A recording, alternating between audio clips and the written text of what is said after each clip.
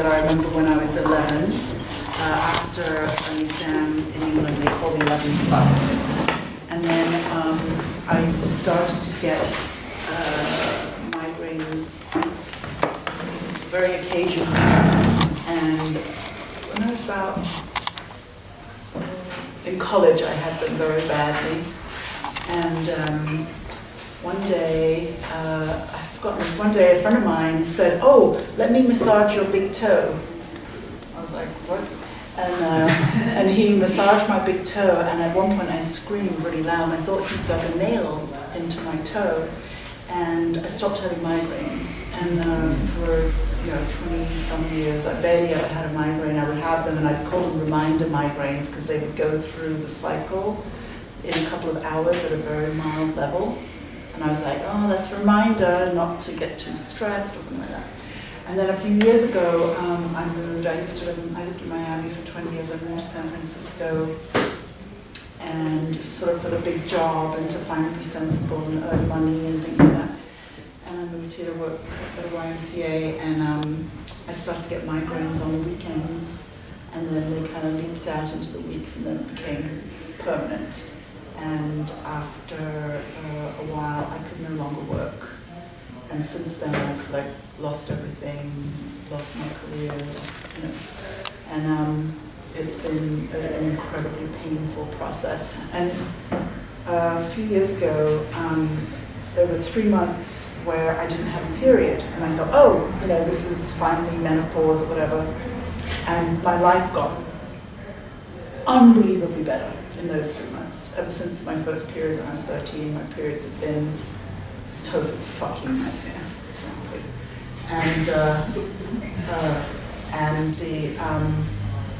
And I know that they're all related, but anyway, the periods came back, the migraines came back, but at a very different level, and they no longer kept me in bed for weeks at a time. And so since that's been about 4 years, very, very slowly, I've sort of gotten a little bit better. And how old are you? 54. Okay. And nearly 2 years ago, so better meant that I wasn't just in drastic pain all the time, but I was spending weeks in bed, just too exhausted to do anything, and then I got diagnosed with adrenal fatigue, and that really has been very helpful to get treated for that. I was being treated with hormones, but even my very, very good naturopath who was treating me for the adrenal fatigue did find it slow. My recovery was slow, but it was definitely happening, but it was just extremely slow. And so I just actually started working part-time. So it's the first time in 7 years I've had a schedule where I work 5 days a week, working part-time. And in the second month, I had migraines 3 weekends in a row, and it was really frightening, and I thought, maybe this isn't working, which is always the fear that comes up. It's like, I'm not going to be able to work again, and I'm not going to be able to support myself, anyway, but since then I've had, I think this is my 3rd weekend, I call it not having a migraine. Yesterday I had a migraine, I took a migraine tablet, it went away, and in the Shreks, it went away, so sometimes it does, sometimes it doesn't, I think today is day 15 of bleeding from my period. So your periods are long? They're whatever, 15 days of bleeding, but I think we would call that a long period. Yes, I wouldn't say that every period they're 15 days. Okay, but still, I have had a Mirena mostly for several years now, and that keeps the bleeding down. You've had a what? A Mirena, it's an IUD that gives off a little progesterone. Okay, so your periods, okay, what age did you get? What age was your 13. first period? 13, okay. At age 11 was your first migraine? Yes. Okay. Your period from age 13 until age, say, 50, when they start for 3 months. Mm-hmm. Your cycle was how many days? Were you ever on the pill first? Yes, I was on the pill for many, many years. For many years, okay. Yes. How were your migraines when you were on the pill? Well, that was during the period that I didn't have migraines. I didn't have migraines for about 20 years. Okay, so could have been the big toe or could have been a pill. Yeah. I just want to make The big toe was Let me do your big impressive. toe by then, honey, would you like to go on the pill? So, all right. So, when you were on the pill, you did not have migraines. I'm not discounting the big toe part of it, but I just, okay. And that during those 20 years, your period was regular, obviously 28 days because you were on the Yes. pill. Prior to that, how was your period? Prior to that, I don't really remember. Okay, But too young. my period was, when I wasn't on the pill, my period would tend to be, I would go for more like 60 days without bleeding. And then I would have my period, and what I would always say was the irony was the PMS started on time. So the PMS would start And continue for and 30 continue, days. Okay. until my period started, and then it would sort of be the second that I started bleeding, all those symptoms would stop. Now it's not as clear, Right. you know. But how, this time you've been bleeding now for 15 days. The previous period, when was the previous period? It was very much a month. It's become very regular. It's become very regular. So how long was the previous period? Probably 13, 14, 15 days. Okay, so you have 13, 14, 15 days of bleeding and 13, 14 days of no bleeding. Yeah, And then the bleeding, okay. yeah, Those are considered long periods. yes. All Oh, right. yeah. All right. Okay. And If I didn't have the Mirena, I would be bleeding like gushing. Okay, cool. Okay. So maybe the big toe has something to do with this. Then before age 11, by the way, she is a spleen type. Can you stand up? Okay. So do you see, she's a big hipped girl, right? Big everything. Yeah, but your weight, you know, this is bigger than your waist. I mean, you're by proportion, right? So she is a spleen type. Okay, so then your migraines now, and first of all, where are they? The focus tends to be here. They can be anywhere, and they can certainly travel, but I noticed that there's this emphasis on the this left side. place here. Yeah. This place here, maybe malaria point. So I don't know, we'll find out. And do you get vision issues? Do you get nausea? Do you get what? A lot of nausea, infrequently vision stuff, although I did have an aura-only migraine recently, but I don't get that much now. In my 20s, it was just, and in those 20-year intervening years, it was always left side eye lights, right side eye lights, total lights. It went through, you know, this pattern was absolutely consistent, but not anymore. And I very rarely have a visual aura. I also had one experience that I ended up, the only time I've ever gone to a hospital was when I had a pain-free migraine where my vision stopped here. So I could see here, I could see here, But not in the not in center? the middle, yeah. That was really bizarre, but it only happened once. Huh, okay. I think another relevant thing, wait, hold on, come here, I have to ask my Oh, sure. Yeah. history of alcoholism. In the family or in you? Me and in the family. I've been sober 25 years. Okay. All right. And violence in the family. And violence in the family. You experienced violence? Yeah. Yourself personally? Okay. Before age 11? Yes, I don't remember that. I was told about it though, but it's up until I was 19. Okay. Face up. Do you have shorts? Yes, I do. Okay, let's do that. So actually, let's wait and take her out so that we don't have. Okay? You're all clearer and brighter. Oh, I feel good. yeah? Yeah, lungs feel good?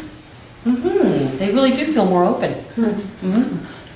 I won't cough and I won't cough for you. So. No, this is it. Hold on. Knees, sit up. Sit on the thighs rather than the buttocks. No, you don't need to move. Oh, okay. You just need to shift the weight. Yes, thank you. So look to this will hurt. Okay. Look to the right. Now slowly look to the left. Keep your chin at the same level. Look at the same level. Keep going to the left. Keep going to the left. It hurts like hell, doesn't it? Not really. Okay. Drop the chin. Keep going. That does hurt a little bit. Good. Breathe. Let go. Keep your head there. Keep your head on this side. Okay. And look to the left, to the right. You're tilting your right ear down. Yes. It's escaping the stretch. Oh, wow. Yes, I'm sorry. That's great. All right. How's the breathing now? It stretches the scalenes. Yeah, that was great. I love that. So you're pulling on the Did you get that trapezius. I'm pulling the trapezius down and towards the spine, and she is actually doing the stretch away from me. How's the breathing? Good. Good. Yeah. Thank you. Oh, yeah, thank you. Nice to meet you. All right. So, Just one thing I want to add. Yes. So I nearly always have pain on the left side of my neck and the right side of my hip. And I just, I can't think about that pain without thinking it's to do with when my father attacked me when I was a teenager. But it's pretty constant. And I go to chiropractors all the time for the pain. Those. did you sprain your ankles? I think I did a lot when I was a kid, when I used to ice skate when I was a teenager. John Curry. Huh? John Curry. I was a bit before John Curry, but No, I yes. don't think so. Yeah. I think you were after.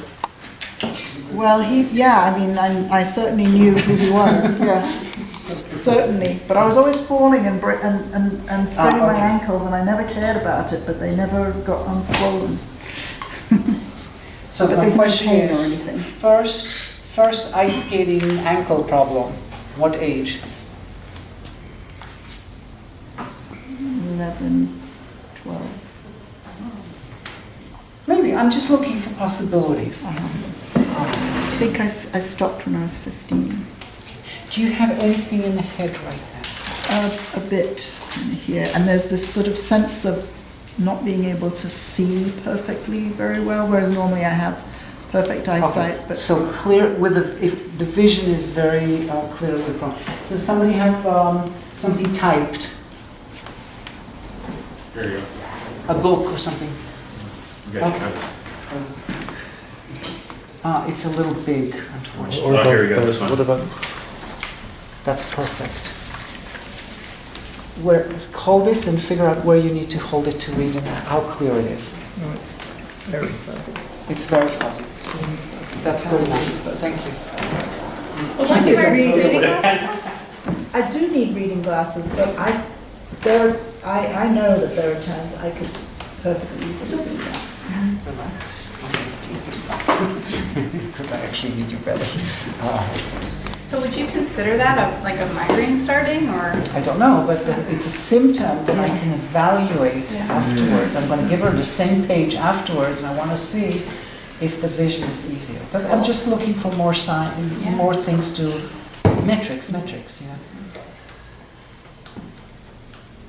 I call it migraine when I have that, and it's a very light level of migraine today, but it's like when I know I'm not clear. When pulse is difficult to read, if anything, it's a slippery pulse. So not autonomic nervous system, typical autonomic nervous system pulse for sure. Okay. So when I press here, you just feel my fingers, is that correct? Okay, good. Anything here different? Just slightly different. Slightly different. Okay. How about here? Pain. Lots of pain. Okay, so right stomach 27. How about adrenal here? And here? Slightly Slightly. Okay. How about Ren 9? What was that? Sorry? Strange. Uncomfortable? Strange. Strange. Okay, strange Ren 9. Okay. How about 12? 15. Oh, that's something. It shoots up. All Okay. here, yeah. Okay, so 15 uncomfortable. Mhm. Okay.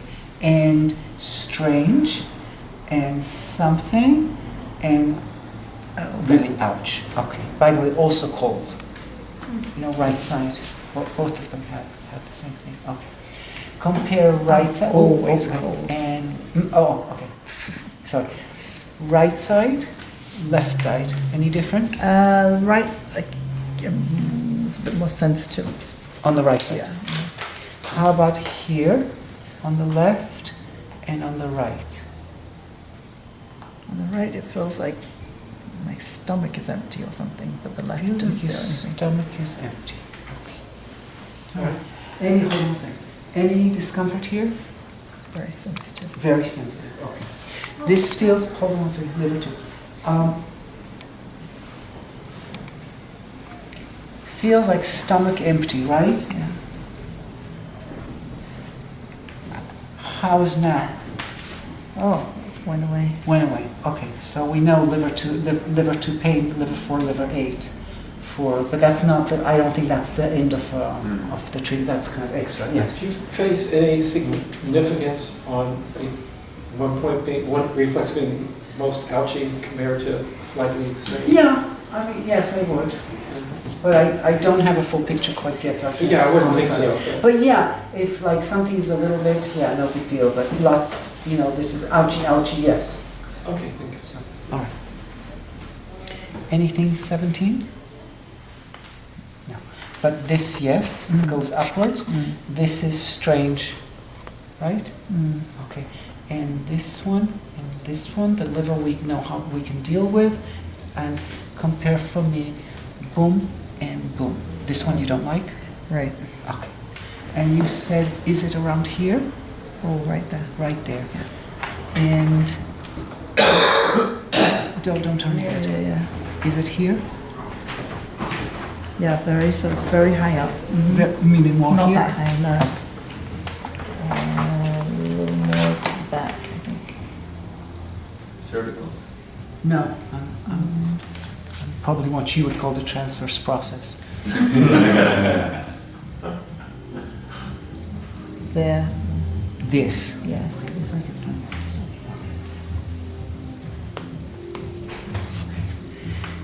Any pain?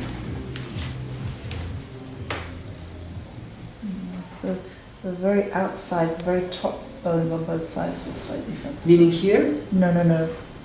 On the top of the foot kind of thing. Oh, like more here? Yeah. Sensitive. Sensitive, a bit. Not particularly.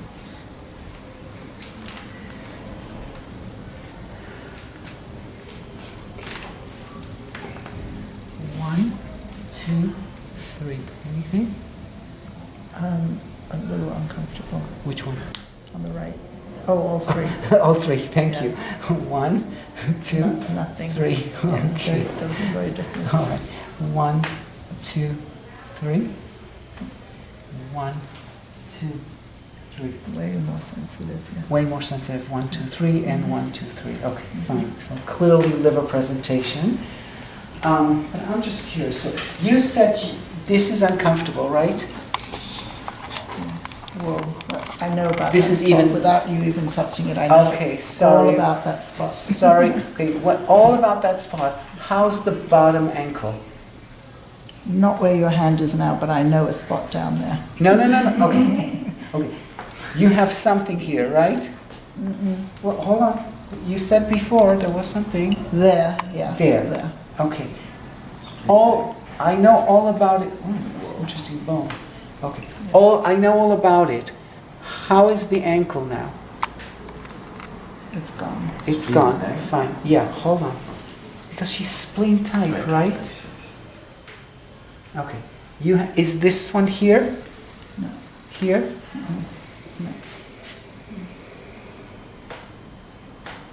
A little A sensitive. little sensitive, Yeah. okay. How's now? It stopped. Stopped, okay. Now, next. So you go spleen type and you treat spleen points? Possibly, it's an option. It's an option. I'm checking to see, actually that wasn't really my interest. My interest is to see, are there ankles involved in this? I have a number of options for the migraines. It could be hormonal, because it sounds like there's a hormonal relationship. Now, she got the migraines at age 11, but period started at age 13. You know, like it's maybe close enough. I don't know. Could be she was taking this, I don't know what this 11 plus is. It's something that decides whether you go to a comprehensive or to something else. That's exactly right. But doesn't everybody go to comprehensive? No. Oh, you can go to grammar school. I see. Oh, so you need that if you want to go to grammar school. Yeah. Okay. It decides whether you have a middle class life or what do you call it? SATs. No, I went to a comprehensive, and I had But I my O mean- levels and A levels and all that. Yes, That doesn't yes, mean yes, anything. yes, yes, I wasn't in England when I was 11, so I don't know what they did, Right. for that. Yeah. So I didn't That's the realize. way I interpreted it. Let's put it that way. Okay. Thank you. Okay. So she's under lots of stress, and she'll better get her white collar life and escape Papa while she's at it, presumably, right? So, there's a lot of pressure to do something in this thing, and then as a result, she gets Now I get it. Pressure. The spleen and pressure for one thing, but so one thing is it could be this whole. It could be all emotional, quote unquote, emotions induced. It could be endocrine induced. It could be ankle induced. I don't know. I'm just checking. Okay, and if whatever I find, they may all three come together. Okay, but they're all three are definitely possibilities. Yeah, that's the injury with the skate. Yeah, so I'm just looking to see. The attack? Oh, that was later. That was 14. Well, no, could have been before. She just remembers later. We don't know, and I don't know. I'm not going to go into like what happened with the ankles. Right. Okay. You were In that pressing situation. GB40 down there? Yeah, it's around GB40. Okay. I just discovered that Spleen 9 does fix GB40. Hold on, let me just, figure some of these things out. Okay. You have going upwards, right? Mm-hmm. Okay. How is going upwards now? I think Here. it went away. Went away. Okay. You had strange, right? Yeah. Is it still strange? Yes. Okay, fine. This one is not a fair, even though that's our strongest one. Spleen 9 naturally fixes this. You have here. Yeah, she squirms. And is it better It's now? much better. Yeah, it's not a fair thing because it's supposed to fix this. I'm never interested in what's supposed to fix the same thing. I'm interested in what. No. Yeah, it's that's- fine that it does. It's fabulous that it does. But the thing is, how much more does it do? Okay, so how is strange still strange? Yes. Okay, so strange is not the spleen 9 one. However, you had here, right? How is now? Gone. Gone. Okay, so still, it's a good point. It doesn't do Ren 9. Now, you have, it's here, right? I don't know why it's hard to. It's okay. No, don't worry. Oh, Yeah, I got it? yeah. Okay. How's now? The spleen 9 gone. It's gone. Okay. Also, how is now? It's gone. With endocrine. Okay, good. With endocrine, how is strange? Still strange. Okay, doesn't do it. Okay, She get GB21. hold on. Do you have problems here? Yeah. You don't like that. Okay, so yes. I mean, that didn't hurt when you did it. It's just I'm used to having those lots of being- tension. Yeah. Okay. Now, strange.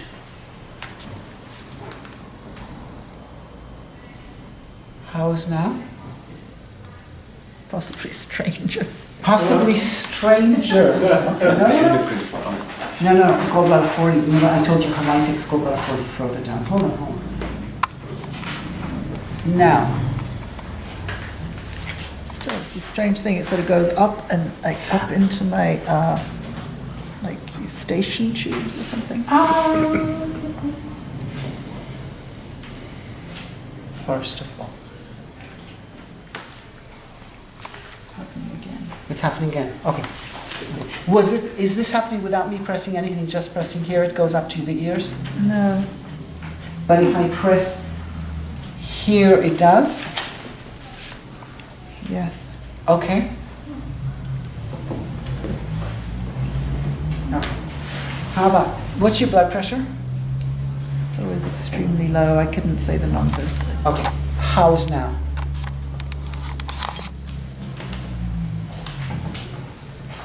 I can't tell. Okay, no problem.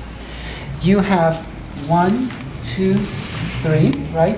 And 1, 2, 3, correct? How is Scalene's 3, 2, 1? It's gone. And SCM 1, 2, 3.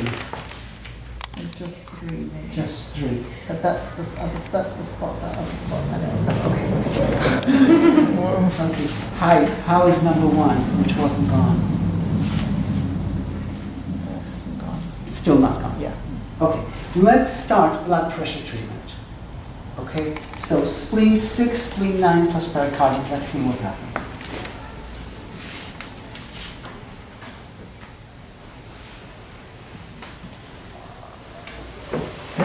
Several years ago, a doctor suggested I start eating salt. I eat loads and loads of salt. For the blood pressure? Yeah, and I'll go, and I'll get. But my it has blood to be pressure Tibetan taken. crystalline pink Yes, salt. exactly. And I go to the doctor and they'll read my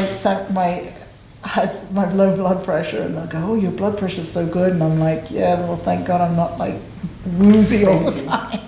Yeah.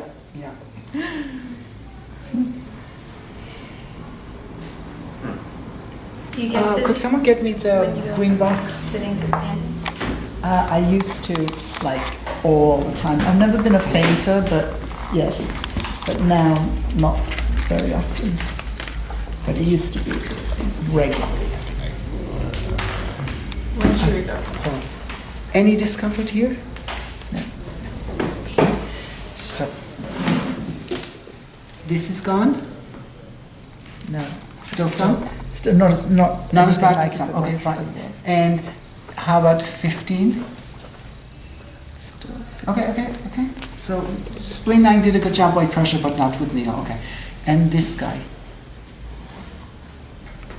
Now I can feel it. Okay, hold on. How's now? Still is it? No, it's okay. Just tell. Yeah, Don't. yeah. We have time. We'll get Yeah. there. Okay. Is that my phone? We don't know properly. Yes. Sounds, sorry. How about now? I'm checking 4 versus 6 pericardium. It's less so, but it's... Less so. Okay. Yeah. One by one. What can I do? It's like can't have everything in one shot. So go 2 sides to this point, so it'll be fine.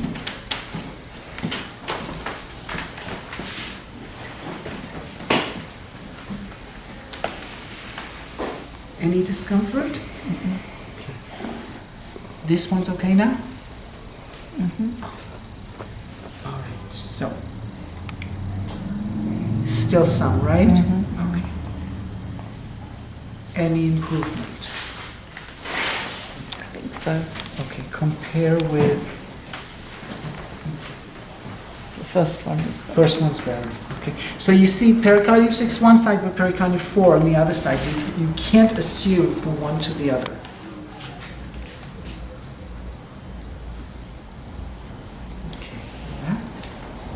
Okay, If there's even the slightest bit of discomfort in pericardium 8, is that enough for you? slightest bit, I don't know. People oftentimes say, it doesn't hurt, but I feel something.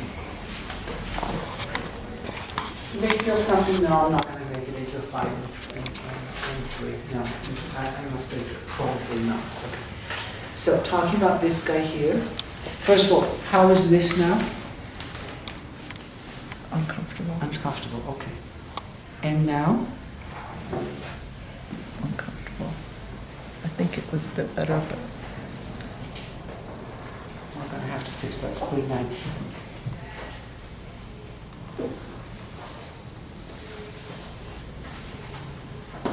Hi. How's spleen? How's this guy, the belly? that was much better. Much better? Okay. The way her spleen 9 is built, there's almost like no space between that and the knee. Do you see how high? Normally spleen 9 would be here, but I move and I don't feel the bone curving until here. So now he's happier? Mm-hmm. Okay. And this guy? It's okay. Don't get disappointed. We'll No, get there. it's just funny to come up with only strange. It's like, Well, I don't that's even what know you- what that feeling is. Well, it's strange. Okay, It's that's strange. fine. No problem. No worries. Okay. Now, That's much better. much better. Okay. So just let's finish. Blood pressure. And the rationale behind blood pressure. She has low blood pressure. That's the rationale. I mean, what other rationale do you want? She has normal blood pressure, but she appears like she should have low. She has got low blood pressure. She tells you, Well, it's kind of like, why start there, right? Yeah, but yeah. Oh. Yeah. Because nothing's going to move with low blood pressure. Right. No, So how can you possibly, first of all, blood pressure happens to correspond to spleen type to begin with. So how convenient. Spleen 9 is already a good point. Yeah, and then from the spleen 9, I arrived to asking her about the blood pressure. Okay, and then I'm going, okay, let's look at what I do with blood pressure and what I'm accomplishing, and then let's see the rest. Okay. This guy's happy? Relatively? Happier, still some. Okay, fine. This guy, strange guy. Still strange. But it's a little more distinct, I think. Okay, a little more distinct. Nausea. This produces nausea? That's what just came up. Okay, fine. How about here? Okay, so nausea and some, and can I have your... She was liver deficient or no? Hmm? She was liver deficient or no? She is liver 2. Could you, okay, let me do that first before we give her an eye test.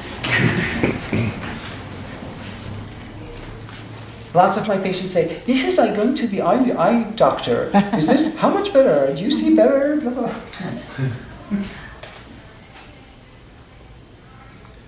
Since liver and eye supposedly relate, then we'll do the liver first and then we'll test the eyes. That's totally fair.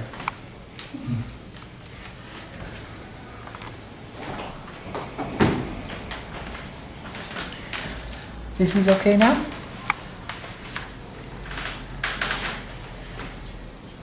Oh, yeah, that's just, gone. Okay, good. You do have needles in your arms, but I think you'll be able to hold a piece of paper. Because before it was very clearly, you just took a look, you said fuzzy. Yes. Yeah. Still the same? No, it's definitely not the same. It now feels more like, I need if I had readers. my glasses, then I'd be fine. That's fine, hold on. But hold on. it's not where everything is blurred.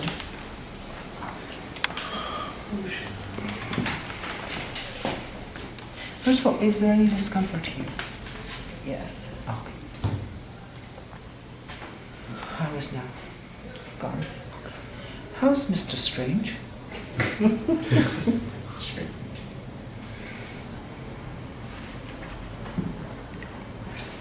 Thinking. The nausea is gone and the...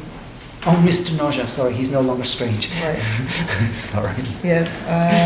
Can you do it again? Sure.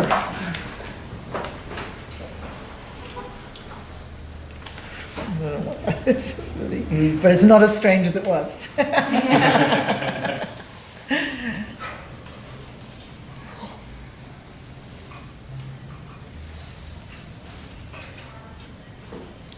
These people should be able to do this much more easily than I. I hate this. It's easier with a sarin because the guide tube is a little wider, but I'm still not good at it. It's like we are live. Kiiko once said to me, "What do you think, Mikishima?" I said, "Well, I don't like Mikishima necessarily." So I said, "Oh, he has very nice hands." And she said, "What do you mean?" I said, "Oh, he turns the tube in his hands, very nice." Blah blah. I said, "Who cares? Everybody in Japan can do that." Well, but in this country we can't. So.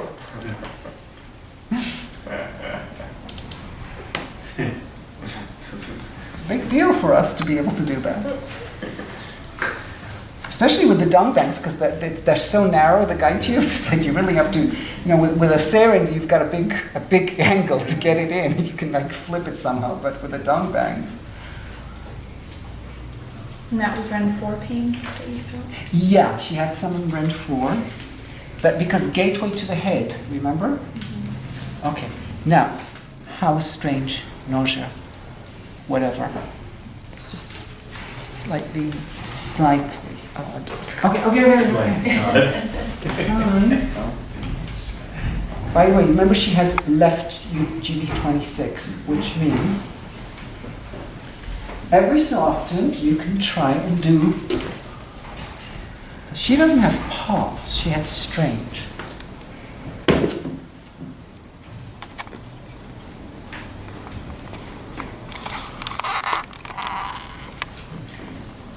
How's now? Same thing of like feeling some pressure in my Didn't jaw. change it. In a where did you Like feel? up in my jaw. In the jaw. Okay. That's partly why it's strained. It's like referring. Yeah. It just feels like I desperately need to pee. Okay. When I press here, Yeah. I'm so sorry, just for a moment. That's right. Hi. Does it go to the jaw? Yes. It still does. What it is? Kidney 11, stomach 30 option. Because if it goes to the jaw, it either describes the Chang, possibly describes the Ren. I know. You want this one. Fine. Do you mind? You can relax the mouth. Okay. How's now? Much better. Chin point. Chin point. My first The available.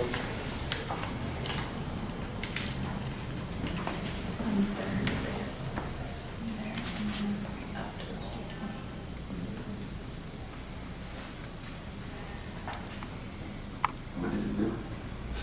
Ask them. For people who are too smart.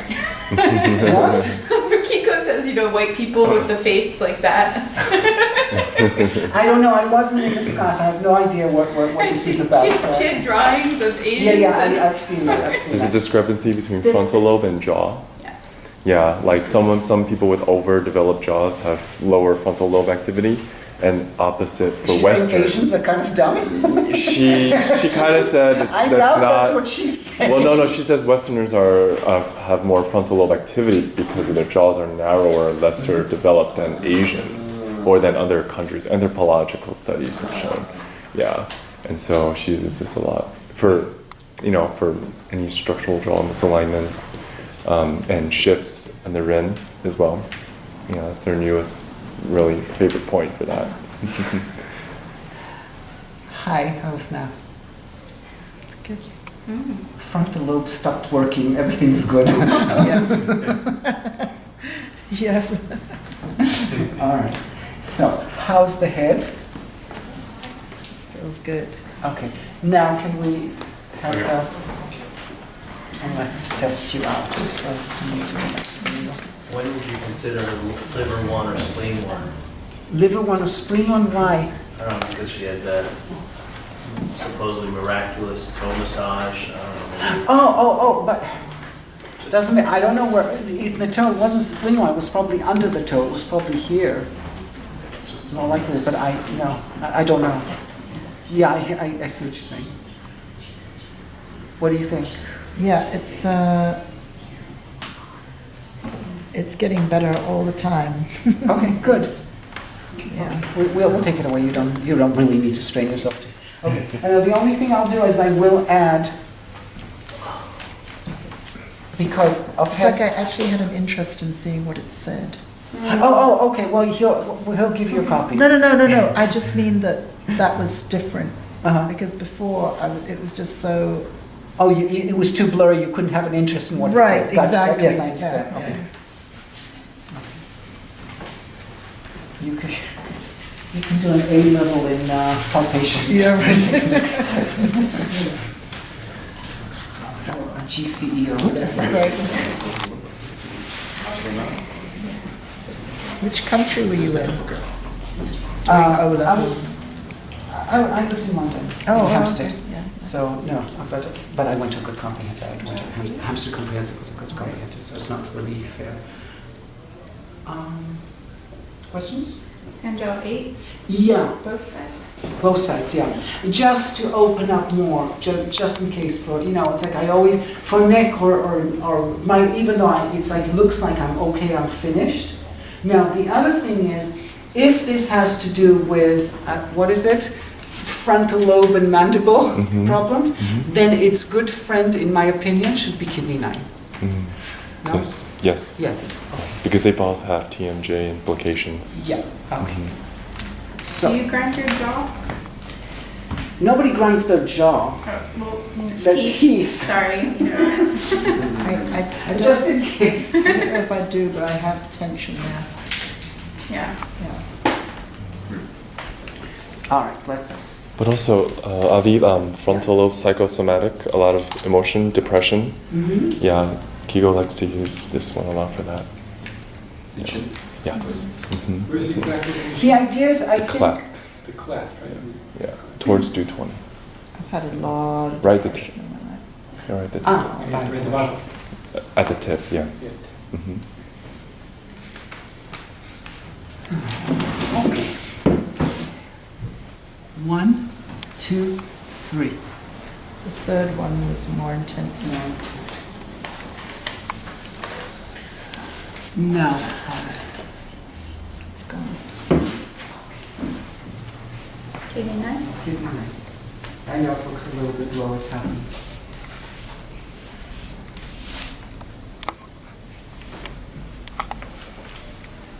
One, 2, 3.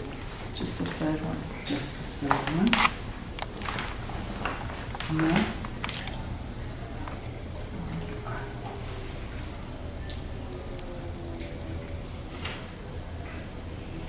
All right.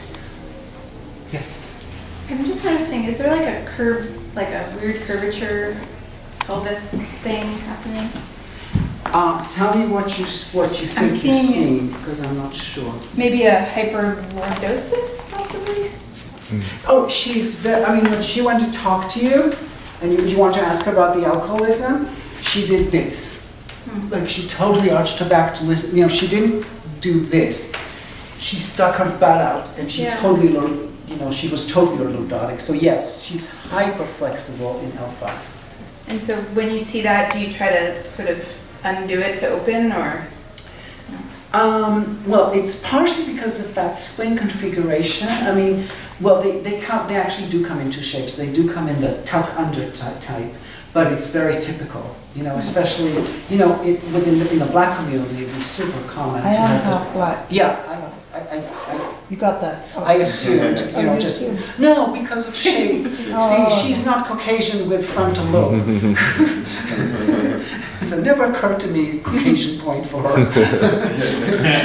No, because of her body build and also the cheekbone build is a little bit more, So anyway, I'm not going to get into racial bullshit.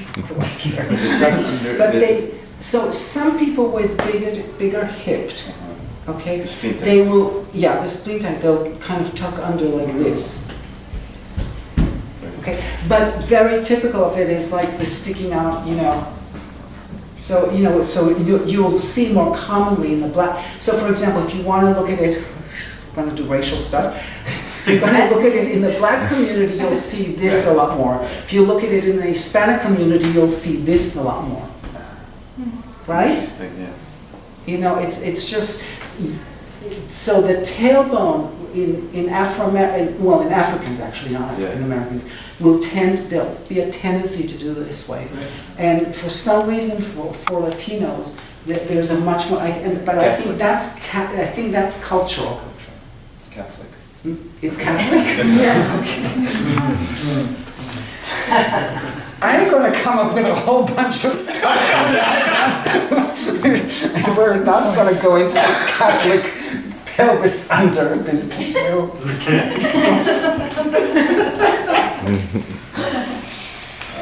But when you I have a see friend who has herbs. Catholic too, so. You've got all the shit. Great. Forget the tailbone. You don't need tailbone problems. Someone had a question. Yes. Hold on. Do you find any utility in spleen 6, stomach 36, or any group? Do I find any utility? Yeah, I mean, I haven't seen any of them. Spleen 6, I did. Spleen 6 with spleen 9 for blood pressure. Okay. Spleen 6, a lot of headache issues will be spleen 6, definitely. But yeah, it's not. Spleen 6 is a relatively innocent point. Yeah. But stomach 36, what are you kidding? Large intestine 4 is like, Kiiko will do them. And no, she actually does them more nowadays. I mean, I think that over time, she's a little older than me, so I think over time she's gotten over it and she's more willing. I'm still not quite over it, because I remember she once said to me, large intestine 4, I said, what? She's like, large intestine 4. I don't do large intestine 4, damn it. So, kind of something with blood pressure, if I recall, whatever it was. But she likes stomach 36 for producing more hydrochloric acid. A lot of people have really weak stomachs and they have heartburn, and it's really because they're not producing enough hydrochloric acid, and they'll show it on stomach 11 here. They'll show. So you can needle ear sun gel to release this. Okay, to release this. Then you could conceivably even needle this, and then you do stomach 36 to strengthen the stomach's capacity for digestion. The stomach needs acid. It's kind of a mistake that people make. Well, we as acupuncturists are not fairly aware of that, but generally people think, oh, you're not producing too much acid, therefore you have heartburn. It's actually often the opposite. You're producing too little. Because look at it this way. When people are younger, stomach acid is stronger, right? How many 20, 30s do you see eating Tums? Very few. Over 40, over 50, lots. But the stomach acid is actually weaker with these people. So it's not the amount of stomach acid that you have. It's not too much stomach acid, it's actually too little. What happens is too little, the food's not being digested well enough, therefore it forces the sphincter out to open and start going up because it's sitting there because it's not being broken down. Lactic acid builds up because of the fermentation too long in the stomach. So that's the acid that they actually start coming up. They use Tums, it quells both acids. They feel better, but it prolongs the problem and perpetuates. Yeah. So the thing is, the solution is make the stomach stronger rather than weaker. Yeah.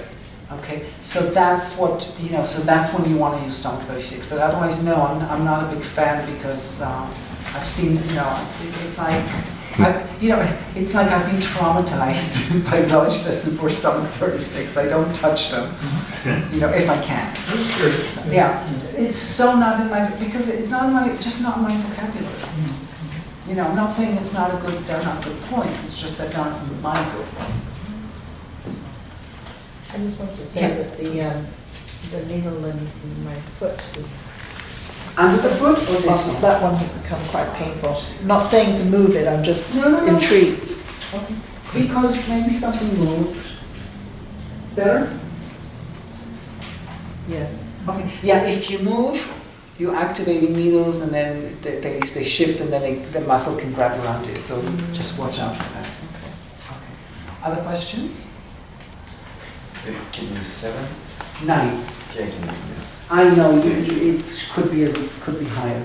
It's just the way. If I'm looking for the base of the gastrocnemius, it's going to be dependent. Right. You can't look at the 5th zone business if you're looking at the base of gastrocnemius, and the base is fairly big. You know, like I can decide, because in fact I can say the base is even below. Okay, so, but I know you'd like it here, right? No. Yeah, and that will be probably okay, but since it solved the problem, I was okay with whatever it was. So, just since we have a few minutes to Turner, so the evolution of findings and how we resolve things. So, remember I told you in the 90s we thought Oketsu was the most important thing. Okay. Then we stopped finding Oketsu by, I would say by 2000 for sure, 2001 maybe. It was still useful, and by maybe 2003 it was totally out the door. Okay, so things come and go. Now the next big thing after Oketsu was Adrenal. Now Adrenal we had before, but you started seeing a lot more of it. Okay, and the big finding now, which we did not find. By the way, notice we didn't find. We found almost. I don't think we found anybody with adrenal state. I don't remember doing Kidney 27 on anyone. This used to be there was never a class without adrenal. Never happened to me that I would do a class and there was no adrenal. Okay, this is actually it happened before. It started happening this year. Okay, so I'm looking at trends. Okay, just for the sake of it, just for fun. So, adrenal became a much bigger phenomenon, and of course, autoimmune disorders became kind of a big deal. Okay, so now what we're seeing a lot more is Red 9. Okay, and my suspicion is that that's actually going to disappear too, and I'm not sure. I had a discussion with someone about what we think it, and I can't remember what we decided where we think the next finding was going to be.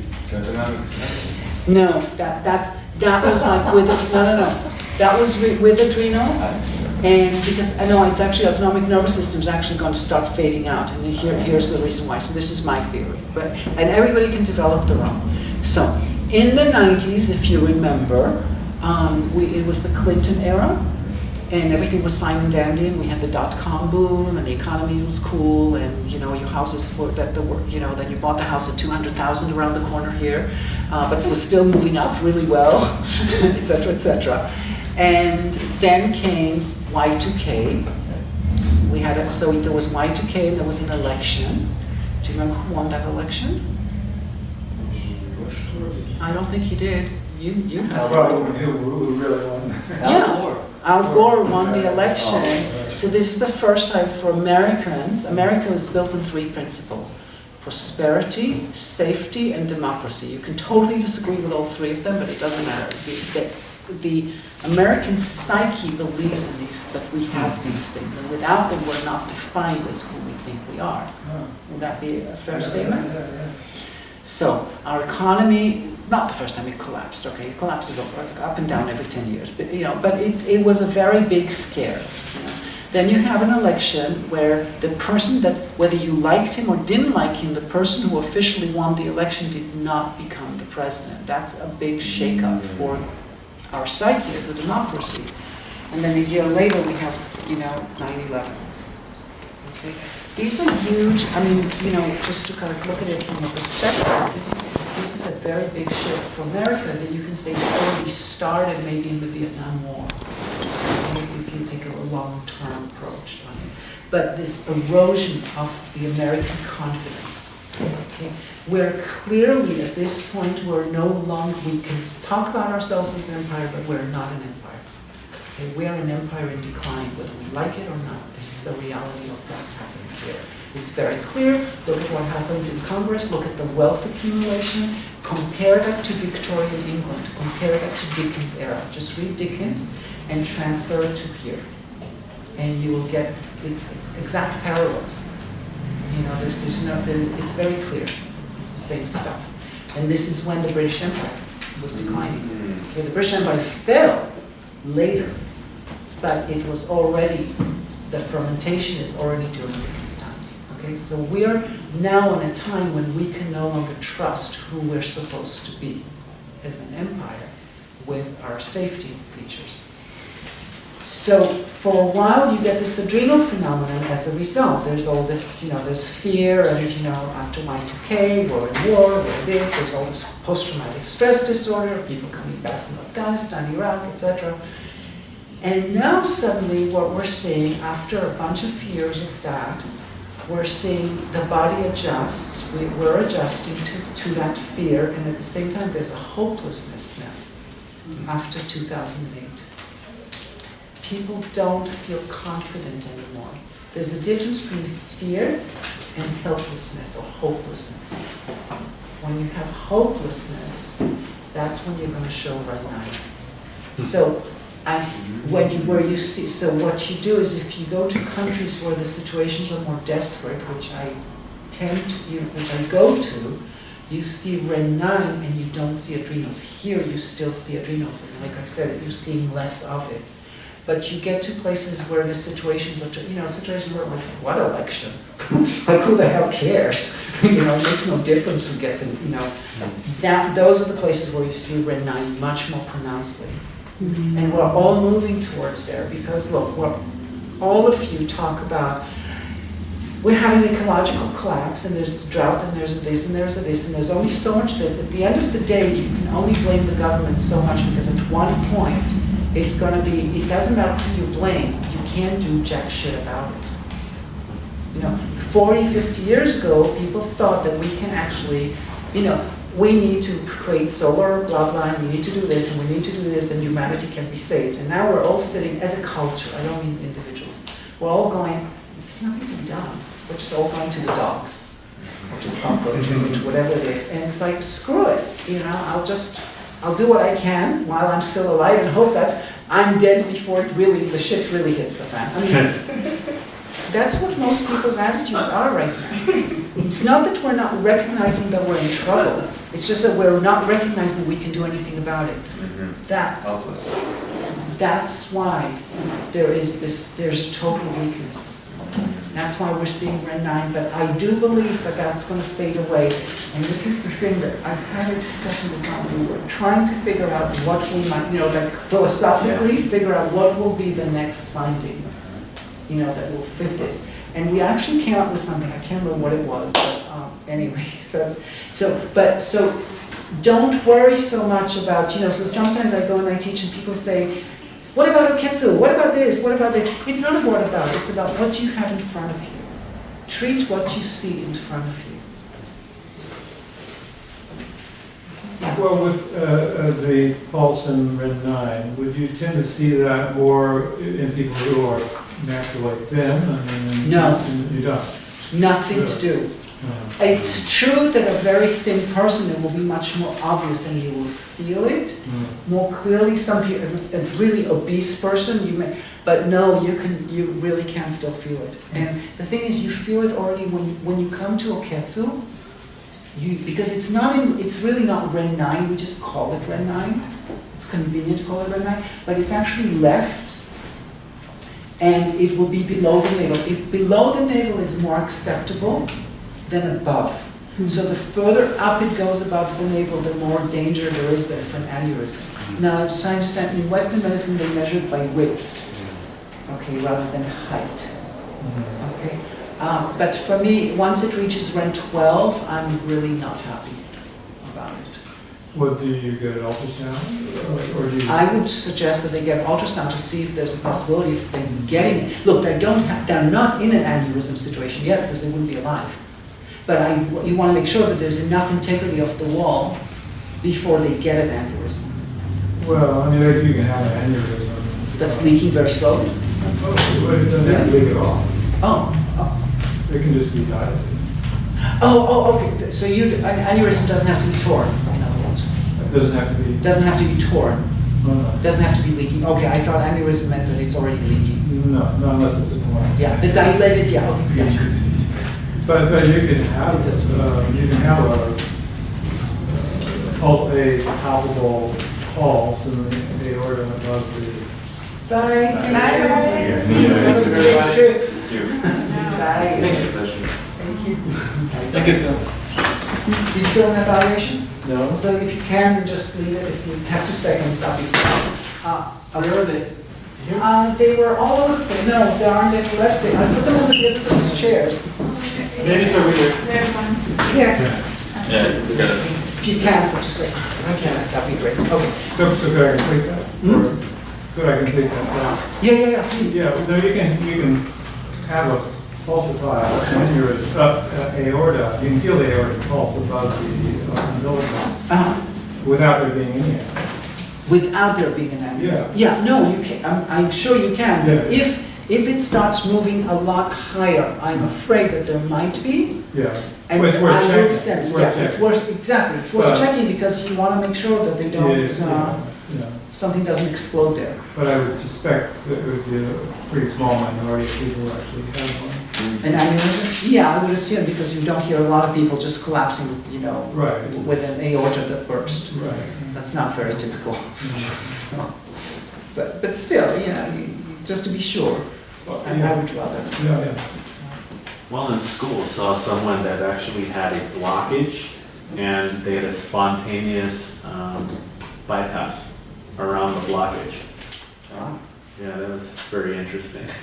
Wow. Yeah,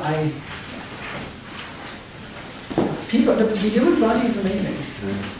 Yeah. The collective general findings that you've been seeing, is that relative to male, females, or because we've seen mainly, Females, well, what do Yeah. you see in your clinic?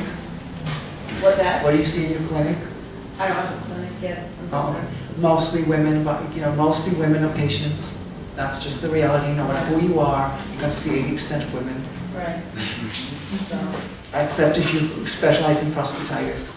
And even then, you'll see 80% women. Husbands. Men don't go see doctors as a general rule. It's like even if they're hypochondriacs. Okay, men who love to complain, they love to complain, but they don't like to go to the doctor. It's some cultural problem for men.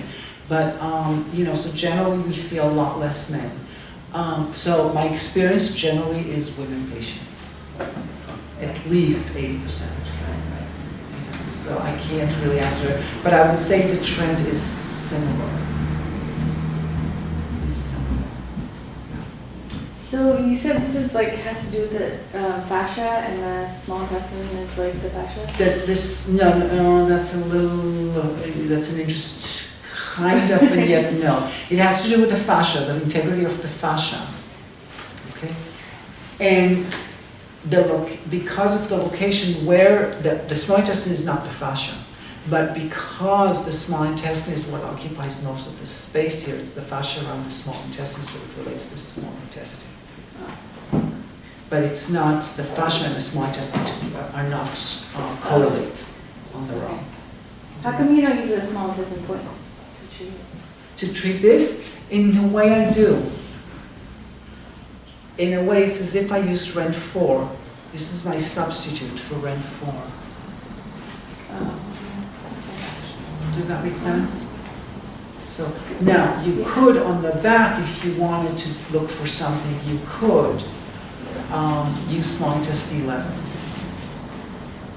So there was a period when Kiiko was totally in love with small intestine 11, and it was a fairly short-lived period compared to some other things. So I'm not saying it's not a good thing to do, but it's not your when you see something that doesn't last, like some things, they're fashions. There should be an almanac, an almanac of popular points, treatments through the ages. From one era to another era. Well, I think you probably could, what one would have to do that, actually, that's a very interesting proposition. Because I'm living one lifetime, and I'm looking very small amount of time. But look at a history and look at which points they're promoting when. Exactly. And then but the problem is you have to do this. You have to then correlate it to the history of China, not to the history of the world. History of China, and consider who's writing, where are they coming from, What's the relationship, say, to the Mongols? Stuff like that. Then you will get an idea of, but you can do that. So, for example, you have different schools of thought. You have schools of purging, schools of harmonizing, schools of tonify the yin, schools of tonify the center. And, Shan Han Rong Wan, that you do have different trends. I think I'm not aware of somebody who's done an anthropological study to say this reflects in the culture, except the stuff of, this is when they did, getting rid of demons, primitive stuff, but outside of that, I'm not seeing a lot of looking at how's the culture. So if you feel a pulse at red 9, you do Nushu, but it's still there. Yeah, I'm not that disappointed. Because you can't always get rid of the pulse and at red 9 or around the navel. The pulse really, we should call it red 8 pulse. Red 8 is called Shen Shui, meaning the guarding, the tower watch for the Shen. But since red 8 is not a point, it's a point, but it's the navel, you can't do it, then we call it red 9. So it's a convenience that we call it red 9. It's not really quite appropriate in a sense. Why don't you just needle around the navel? Because you could burst that aorta. No, it's where the problem is. I'm not, it's not the, it doesn't bring up the right solution. Is there something they could do at home to help kind of strengthen that fascia? Yeah, take a block, put it between your legs, squeeze it, and send it back without sticking your tailbone back. You're finding your core strength. You have to understand something. But this is where the problem is going to be. Core strength for most people means Schwarzenegger. Yeah. Okay, this is totally Schwarzenegger. As far as I don't know what he has. It doesn't have it. I haven't checked. Has no core strength as far as I'm concerned. It has nothing to do with core. Core strength you should put your hand on the abdomen and there should be nothing there. It's not an abdominal strength. It's a strength that comes from the perineal floor. And it's very tiny. It's that lift. It's like when the problem is I don't know if when they tell women to do Kegel exercises, if that's really what they're telling them or if they're telling them something else. But it's that lift of the pelvic floor. And it's not contracting the abdomen. The abdomen actually expands when you do that. So it's not a six-pack. But yeah, what you want them to do is get a sense of that lift all the way up the front of the spine. Yeah. Yeah. So that's the thing that they can do. Well, I work with this yoga teacher and she definitely does that. But her stomach Ren 9 pulse is really big. Well, just because someone does something according to theory doesn't mean they're really doing it. So, for example, a lot of yogis will say they do bandha, and they can look like they do because they can lift themselves into a handstand and jump through and do all sorts of weird stuff. But it doesn't mean they're actually using bandha. They think they are. But they are not necessarily. I'm not saying that they are or aren't, but you can't guarantee that they are. So what you're doing with a person like that, breathe in, breathe out. Keep breathing in at your own pace. So when she breathes in and out, you're not going to do anything, you're just going to keep breathing. When she breathes in, her belly rises. When she breathes out, the belly falls. At some point when I finish talking, she's going to breathe out and she's going to keep her belly towards her spine. Don't do it yet. She's going to breathe in and she's going to breathe into her lower ribs. Do it now. No muscle. Yes. Come touch her belly and keep doing that. I know it's hard. It's hard to it's concentration hard. Breathe into here. Relax this. Breathe into here. No. Touch here. Okay. This is kept inside. She's actually pretty good. Most people can't do it. You got the trick pretty fast. Yeah, it's hard now. She let it go because she couldn't. It's hard concentration-wise. So allow yourself to breathe in to the belly and out. And now keep the belly in and breathe into here. See, there's no tension above the pubic bone. Below the navel, no tension. That's your core strength is no tension. And most people can't get to that point because they want to do something. Can we turn you over? Right, let's do that. But that's the trick, just let people learn how to breathe through their lower ribs. Well, it's not just that they won't breathe into the lower ribs, they won't do this lift because the thing is they're also told very strongly, breathe into lower belly, which is fine up to the navel, but if they could just keep the pubic bone area expanded this way instead of expanding, but expanded constantly as much as you can. It's chilly. Oh, yeah, we have blankets. Oh, we got it. So we can do their legs right now, but not that. Okay.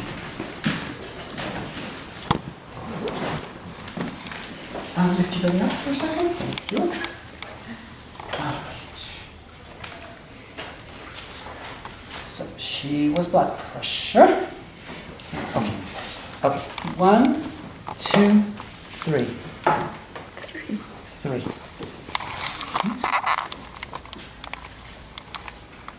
How's 3? It's gone now.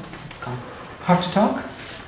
I'm not sure what that was. Okay, that's it.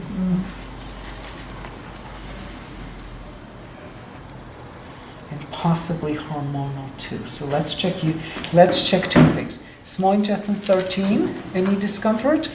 Yes. Okay, this side also? Yes. Okay. Any discomfort here or here? Slightly on the left. Slightly on the left, okay. So, how's this guy at the top now? It's gone. And how's this guy at the top now? Gone. Okay. So UB32, hormonal point, right? So I'm just checking that it does something on the body. And then is that for the periods? Partially the periods, but for hormonal, endocrine. So I checked, remember we talked yesterday about small intestine 13 is posterior pituitary issue. I guess what I was asking was more like, what have we done? I was just trying to think, What have we done for our periods? For the long periods. We haven't really. We've done blood pressure and we're hoping that that might stabilize. We haven't like done the trick for period. Yeah. Okay. So yeah, we could add more. The thing is, if I was going to attack the hormonal stuff, like UB66 seemed to work somewhat. If I was going to do that, I'm prefer to wait with that for a moment, just so that I don't push. Because someone with a migraine, you want to go gentle. Okay. You know, it's like.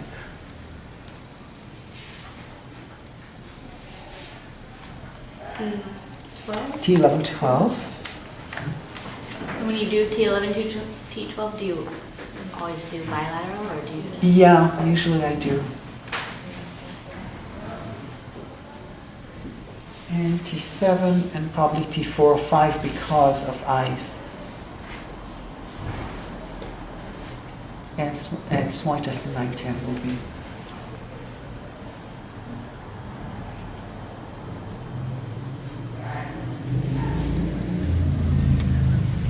How do you jump from T4 to I? How did I jump? Yeah. I mean, It's a correlate for me. Like a Adrenal thing? Pericardium, liver? That's a very cute explanation, but it's not. All I know is that T4 and eyes are correlated. T4, T5 and eyes are related. Why? I don't know. Sometimes you just have to kind of accept, like go, okay, I've got it done, that might be even wrong. But that seems, I always do T4 for eyes. Okay. I also do it for neck in general. Well, I should have checked it for something else, but okay. So, anything here? Not really. Okay. Here? This one maybe? Yes. Okay. Yes. Yeah, because she said her right neck and her left. Yeah. hip. It's actually left neck and right hip. Yeah. She got flipped by Alice. Okay, I know how that goes. How's now? It's still there. Then head, okay.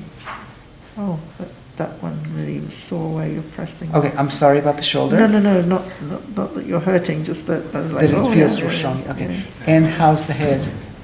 That's gone. Okay.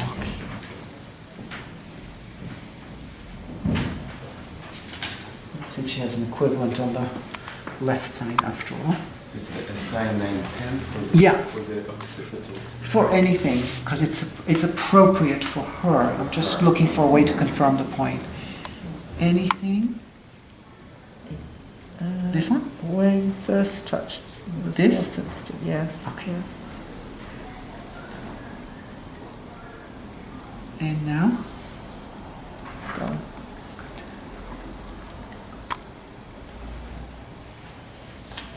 All right. Inappropriate for her because of the autonomic stuff. Because of low blood pressure. Low blood pressure, yeah. So yes, similar to autonomic. The reason why autonomic nervous system is not, in my opinion, going to be the big winner, big winner, is because when you have a situation where people, you will get to a place where you don't care, the nervous system just stops reacting. Right. So it's not going to show anymore. It's showing now, because people are still scrambling. But at some point, they're just going to like, it's going to be like a, okay, so that's where, you know, the question is where metaphorically it's going to show in the body. It's not good.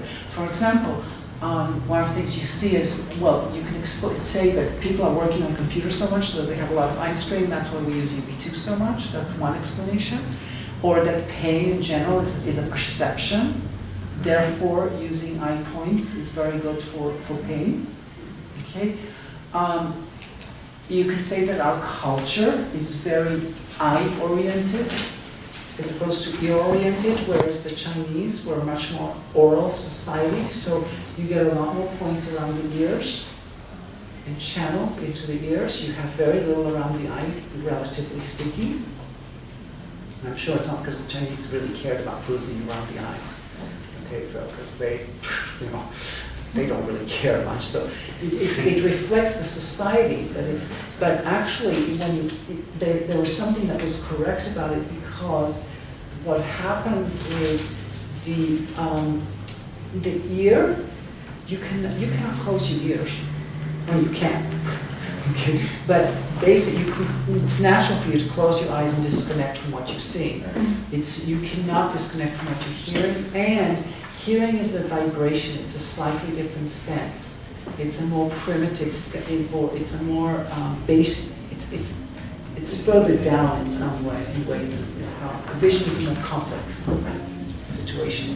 So it has to do with the vibration of the ears. Okay. So I'm not sure where we start. Oh, so in our culture we see a lot of eye issues. Okay, and being able to fix things through the eyes. Okay, whereas you know, I think previously, in previous generations, possibly using ear points might have been more useful.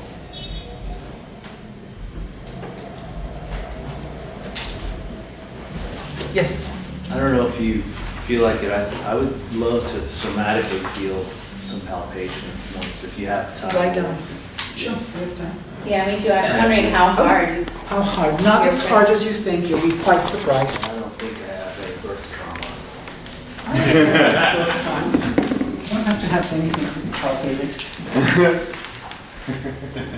All right, let's do it. Does anybody know what the time is? Just let me know what. 4:27. Sorry? 4:27. Oh, we've got plenty of time. Okay, no problem.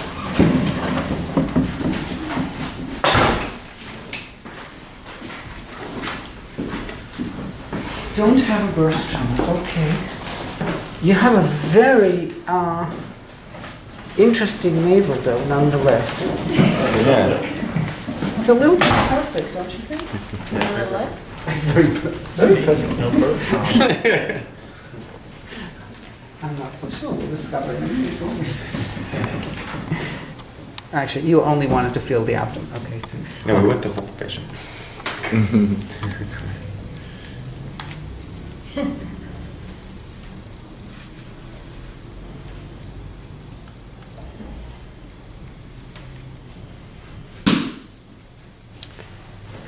what's your blood pressure? Probably 130 over 80, How old are you? 44. 130? It's a little high. Yeah, it's It's not horrible, but it's a little high. been a while since I've been shot. So this is just my fingers. Now, because very deep navel and very well sculpted, that's not the standard navel out there. Okay. Yours is not like that, darling. I'm sorry. His is much bigger, much deeper. Yours is like this. Yeah. Do you want to switch navels? You can now be. Women love my navel. I'm so glad. They love something much better. Don't worry. The navel versus which one do you prefer? Oh, that's good. Okay. Oh, My plane got delayed. oh, okay. That's not, an hour and a half, that's not that good. Oh. So this is just my And fingers. this is not on any indication, so this is just... Usually, any- except if they have colon problems. That's the thing. Unless if they don't have descending colon problems, I can give them a place where I'm relatively clear that there won't be a problem. Got it. Okay. Otherwise, I'm in trouble. And if you do, would you use that as a... Yeah, there was someone who had this. I can't remember who Yeah, it was, it's but there was a patient. woman. Is Oh, it me? I don't remember. Yeah. But there was a woman. There was a woman who had this. She had also. I think it was you. Yeah. Oh, then the one before your patient. Okay. Not your patient. Wasn't it your patient who came at 1:30? Oh no. Okay. Sorry. Anyway, so somebody had it. Yeah. Then you use it as a reflex. But for most people, this is likely to be okay. Okay. Now, okay. So stomach 26, 27 on the right side. Adrenal. Ren 9, 12, 15, under the ribs on the left, under the ribs on the right. Liver 14, gallbladder 26 and 26. Okay, Ren 4, kidney 13, a little bit. No? Okay. Stone 28. No ovaries. 13. Stone 28 can be prostate in this case. Okay. High inguinal. A little bit. Okay. And then you have another one, which is this one, which is a spleen indication. Can I press and you tell me if I'm pressing harder than him? Sure. Your angle is totally wrong. Okay. Yeah, you need to make... Okay, so first of all, please get rid of this. This is like, I'm a doctor wannabe. You want to support?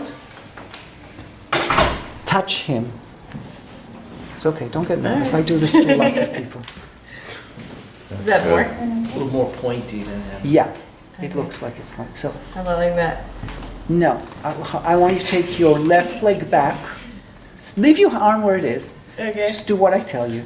Take your legs further apart from each other. Wider. Yes, good. Put your right thigh onto the table. Lean onto the table. Don't bend your leg. Don't bend your leg. Yeah. Send your tailbone down to the floor. Put your hand on him. Don't press. Put your hand on him wherever you want to go. Now, from your left heel, send your hand in. Okay. That's better. I would flatten your whole finger. No. Because now she's pressing the whole. Yeah, it's unfortunately. Yeah. I know what you mean. Okay. So no, you do. Go ahead and do this. Do this. Don't use the wrist. Come from here. No, you're trying to. You see, you're doing this whole. You know, this is not tree climbing. Watch me. I'm in the exact same position you do. Okay. Actually, I would switch legs if I were you. Yeah, that feels more natural. Yeah, sorry, I will, okay, so watch me, don't do it, and then imitate me, okay? So, imitate me, so like I'm doing it the best way, okay? So watch what I'm doing. It's this leg that goes into the table. Okay. This one's touching also, but this one is the one that moves. And move, no, you're twisting around. Don't twist. Move forward. Yeah, that was the best one. Alright. Hold on. Go. Not with your hand. Yeah, it feels like From it's your doing body. this. Go from here. Move to another spot in this body. So if you're right-handed, would you work when the patient's left? Doesn't matter. Doesn't matter. I stay on the left side, I palpate with either hand. Look. Alright. Because I'm not palpating with my hand, I'm palpating with the back of my heart. Make sense? Doesn't matter. It's my left hand. It's less comfortable for me. This will be more comfortable for me, granted. But watch what happens here. I'm coming from the top part. I'm sending it from my leg. I'm sending this leg down, but I'm not sending it, so I start doing weird things. I'm sending my legs down. If I'm sitting, I'm sending my sit bones down. And then I'm moving forward. And you have to breathe while you're doing it. Someone else? Sure. Women love his navel. Let's see, where have you not been pressed? It doesn't matter. You pick. It's all Okay. you. Now I'm like, there's so much pressure. You're on camera. Literally does. Just not there. Don't worry about where the hand goes. Okay. No, and you're right-handed or left-handed? Right. So use your right hand. Put your left hand here. Okay. Okay, good. Put your weight on it. Now I'm like, Your hand's too tight. Relax the hand. Okay, look. You're gonna put your hand like this on him. No, what you did was this. You're scared. yeah. Relax the arm. Okay. Thank you. Yeah? Yeah, just move in. Just put your hand there, and then you can move it around. Just put your hand on him, don't worry about it, and then move to where you want to. Don't tense the hand. Okay. Or the shoulder. Not really here, don't worry.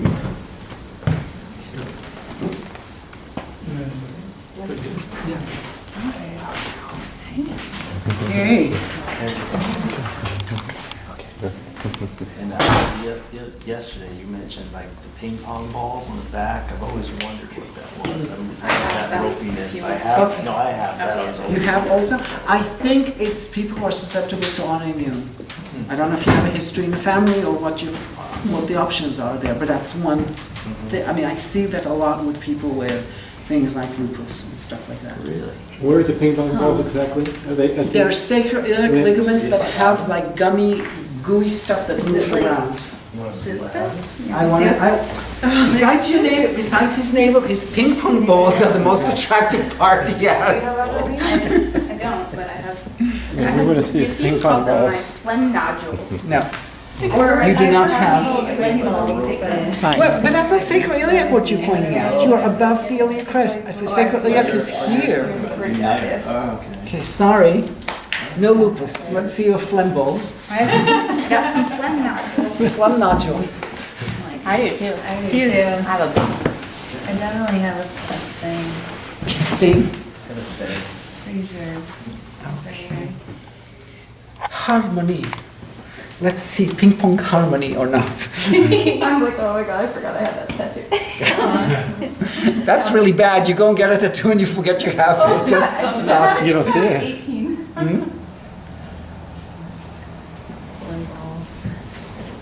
Nothing spectacular. Okay, you show me because I don't think I'm not seeing.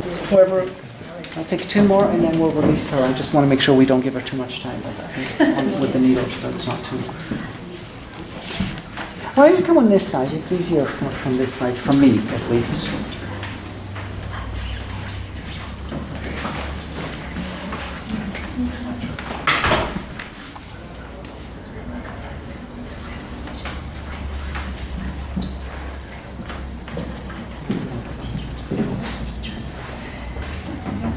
good.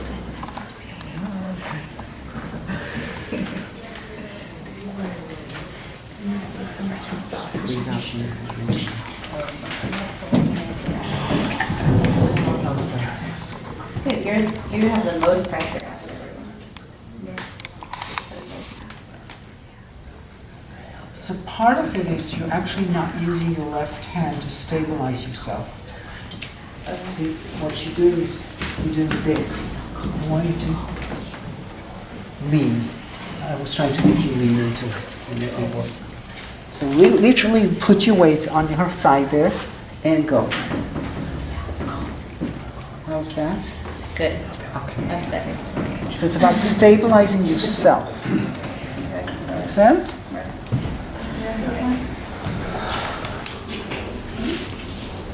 We're taking her out in 1 second. No fear, no fear. Put that left hand totally on her thigh. Don't get it a stiff neck. No.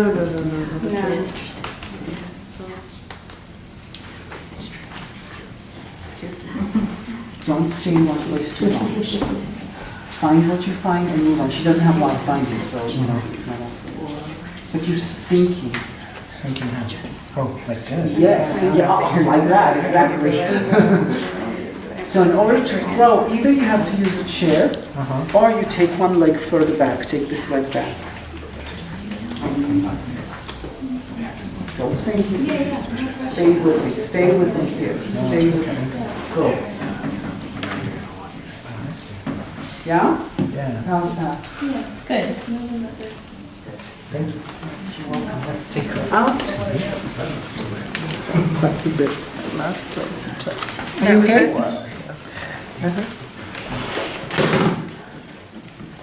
She charges extra for that.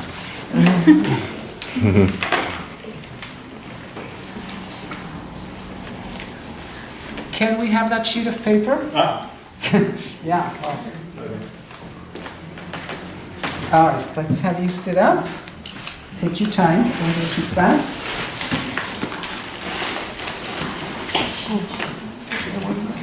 What?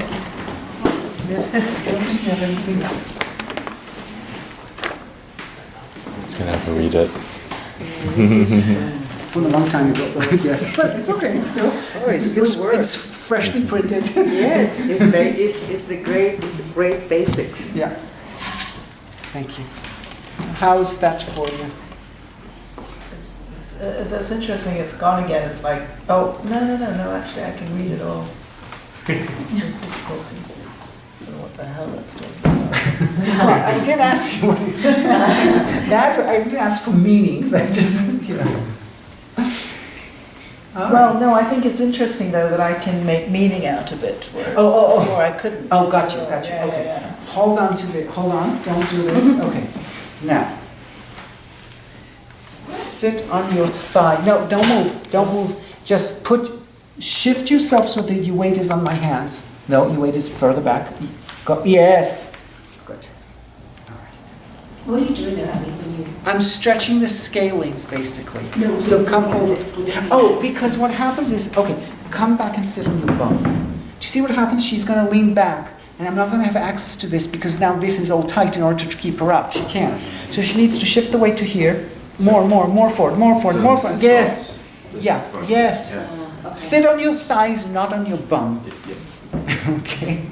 Now, I'm taking the trapezius and I'm taking it from in front of gallbladder 20, gallbladder 21, and pulling the whole trapezius back, down, and slightly towards the spine. Look to the right. And now I'm going to do it. Okay. Tuck the chin slightly. Good. And look to the left. You're looking down a little bit too much. You don't have to. Yes, good. Keep going. Go to left. There'll be a huge stretch on the right side to the eye and the ear. Keep at it. Enjoy. Oh, yeah. Oh, yeah. Okay, keep your head there. And go to the right. All I'm doing is I'm leaning on them. The thing is I have to watch out that they're not going to look up because they're always going to try and escape the stretch.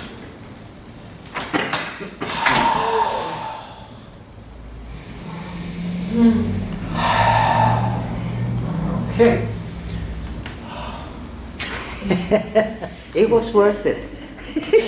It hurts like hell on some people. It's like burning. Oh, not burning, but just, yeah. Ready to take this exam. Is it the one you failed at age 11? Or maybe you succeeded at age 11 and maybe that's the problem. Yes. Yeah, no, it's much better. Okay, good. All right. I had an interesting experience laying here. One of the things with migraines is spending a lot of time laying with my eyes closed and just watching all the... Yeah. And it's always very boring. It's just all this sort of rather yellow light with a grey, bluish-grey background. And I saw some really beautiful colours today, like rich, deep colour. That's T4. I told you related to eyes. And I never see interesting colours like that. Cool. Yeah, so I don't know what that was about. But it I was don't either. awfully But fun. it's cool. Excellent. Well, thank you for coming. Thank you so much. Thank you. All right, any questions before we end? Posture. I know you're a very postural person. Uh-huh. I'm also a very postural person, and I just want to, how do we help our patients have the correct posture? With needles, it's a little bit hard to actually, it's more with awareness and talking to them about it. You just have to accept that people will not change their posture in 3 seconds just because you showed them something. Yeah. So you just have to keep telling them. So for example, you often they're doing this. So just drop the chin and come back up. Just drop it and come. That's very helpful for people. But the problem is, as a practitioner, you have to decide, how many times are you going to remind them at a given point of time? Well, no, because they're going to get pissed off, right? So, because you don't want to lose your relationship either. So, you just every so just drop the chair. Or just stop sending your tailbone back. You do what you can. This is not your specialty, as an acupuncturist. It may be yours, but then you have to choose to take time to just do that. Yeah. And it's a different, then it's a whole different ballgame. Do I do it? Sometimes yes. So what are sometimes no. The basic, have you heard of this woman, Esther Gokhale? Who? Esther Gokhale or Gokhale. No. The roll thing lady? She's not roll, she's an acupuncturist, and she went around and did anthropological studies on both people's posture and the other cultures. Uh-huh. And decided that that's how you cure back pain, and if you have the correct way to stand and you sit, and now she's like all things about how to do that. She's in Palo Alto? Palo Alto. Okay, yes, I know. I've heard of this. Yeah, so I don't know if it's real hoax, and I don't know if it has anything to do with acupuncture. It has to do with posture, and that, which is okay.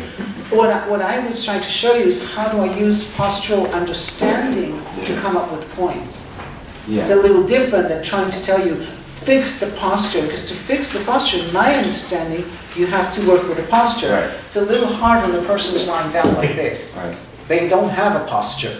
It's like, their posture is not relevant when they're lying down. But if you fix them on the table, they'll have an easier time actually coming into proper alignment when they're up. Yeah.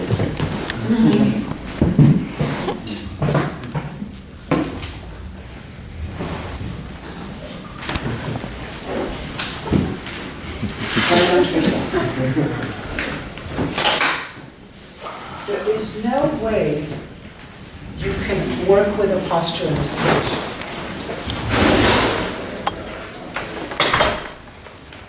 Relax. Okay.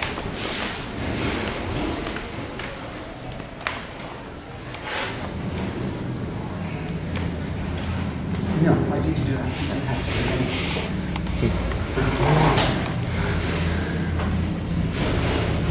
Okay, so in this position, your posture is relatively decent, and because your spine is straight, right? Right. And the relationship between your back and your legs is correct, even though nobody walks like this with their knees in front of them, right? Otherwise, we'll all be like this the whole time. But the leg got separated from the torso. Remember I talked to you about the trochanter point to allow breathing? In this position, this is a natural position for you where you can have decent posture, and within here, you can send the heel to the floor and still have your toes on there. Don't try anything. And yet, so you can separate each one of the joints here. The knee will go to the ceiling, the heel will go to the floor. The knee will go away from the torso. Okay? The same thing here. You can have the elbow, don't help me, the elbow will come away from the shoulder, allowing the shoulder to separate from the back. The two shoulders are separating from, shoulder blades are widening. Most people open your chest. Do you think this is opening the chest? From the front it sure looks like it. What do you think it looks like from the back? You totally closed it. What's the point? See, that's what happens when you do that. So it's totally useless. Okay, so you need to open the shoulder blades away, the two outside UB lines need to go away from each other to some extent, rather than come together. Okay, so this is, here your elbows can come away from each other, don't need to do anything. And the wrist can open, same thing as the foot opening. And now, the only thing that remains for you, which is going to be very difficult with this pillow to do, because I'm going to have to find the right height for you, he still has tension in his SCM. Okay? So, in order to release that, okay, allow me. Okay, you just need a little bit more height, because look, can I have the other pillow? It won't feel very comfortable because it'll be too high, but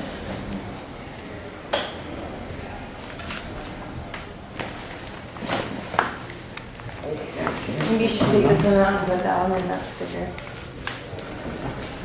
I can slide it out. Oh no, I was going If to you add want. this one.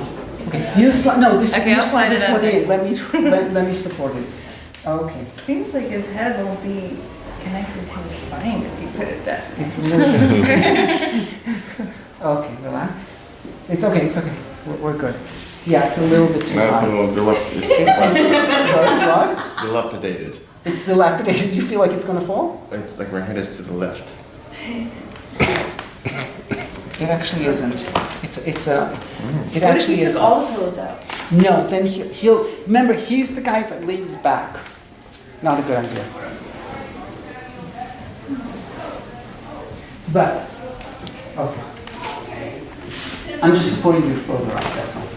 So, how's that? That's okay? Okay. Now, what you want to do is you want to maintain this relationship in your whole body, even though we're going to totally shift the posture. Okay? Don't do anything quite yet. You keep this.